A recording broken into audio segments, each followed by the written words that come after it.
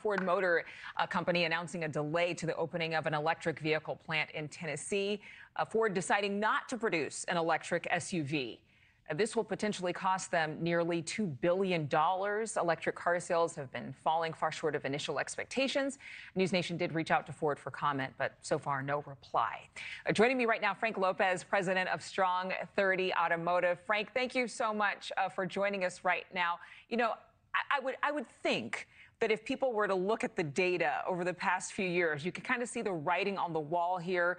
President Trump in Michigan at a campaign stop making the case saying, I'm not going to force you to buy an electric vehicle. And I think in places like California, where it was seen as, and it still is, something that is, imminent, America's just not quite ready for it. But is there anything surprising that we need to know about why EVs are not taking off the way that maybe some thought they would? Adrian, no, there's absolutely nothing that's really, like, so to say, surprising about this in any way.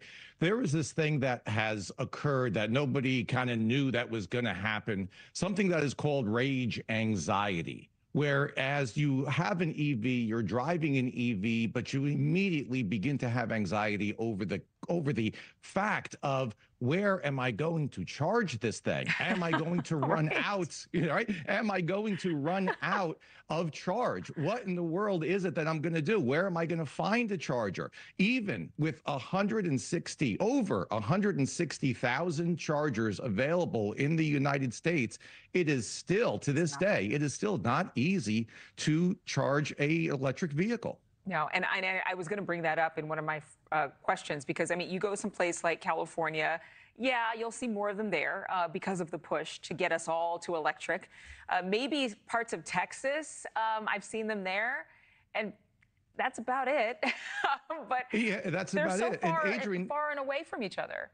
That's right. And Adrian, you bring up Texas. Just 2 weeks ago, I was in Houston, Texas, and renting a car, right? And I rented a Ford Lightning pickup truck, which was, to be honest, was an absolutely fantastic vehicle. Fantastic pickup, fantastic acceleration. It was absolutely great until the battery level started going like this, right? Then I was like, whoa, what am I going to do? Right? This is going to be a big issue. And I had to return the vehicle to Hertz with the battery being low. So I felt range anxiety myself firsthand, and it's an absolutely true thing. Well, and I actually was able to tour the Ford F-150 Lightning assembly line for one of our stories when they first launched this truck. It's gorgeous. It's fun to drive.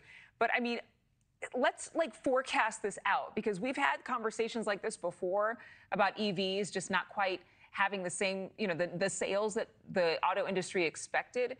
But can we foresee that this was maybe done wrong? That somebody wasn't thinking this all the way out when innovation maybe didn't catch up with expectation? Right, absolutely. I mean, you showed the clip before of President Biden talking about the mandates and all this type of stuff. And of course, at the time, all of those types of things, they all sound great until you put them into practicality, until you put them into actual use. Now, Ford's shifting from focusing so much on EV to focusing over to hybrids. Now we're talking about a very, very good move, because hybrids definitely are not a thing of the future. They are a thing of the present. They are a thing of right now. Almost a best of both worlds type of a scenario for a consumer. And also Ford focusing on commercial vans for electric, focusing on mid-size electric pickup trucks for electric. Very, very smart. When you're in a commercial application, right? Range anxiety is something that is not really a thing. All Amazon, most Amazon delivery trucks, at least in my area, New Jersey, those are all electric. And when you have a route and you know how long it's going to take, you know how many miles it's going to be and everything, it makes total sense. There are people watching right now, they're like, I have no problem finding a charger. Well, of course you don't, because you drive from your house to your job, then from your job to the house, you plug it in all night, and that's beautiful. That's great. That's the thing of, maybe EV and maybe an electric vehicle is for you. Fantastic. Buy one, buy three. But saying that everybody has to have one, Now we got to slow the roll a little bit. Well, and I'm glad you're saying it, because I think that, again, people try to politic and pick one campaign over the other. But the fact is, there are some things that are very common sense, and the numbers just don't add up. The Biden administration had this ambitious goal to have 500,000 charging stations by 2030. So far, they've built seven total. Yeah. I think they've had a few other things to deal with. But what do you? Yeah, maybe he was occupied with something else. Maybe a little bit more. Thanks so much for watching. Go to joinnn.com to find News Nation on your television provider. And don't forget to click the red subscribe button below to get more of News Nation's fact-driven, unbiased coverage.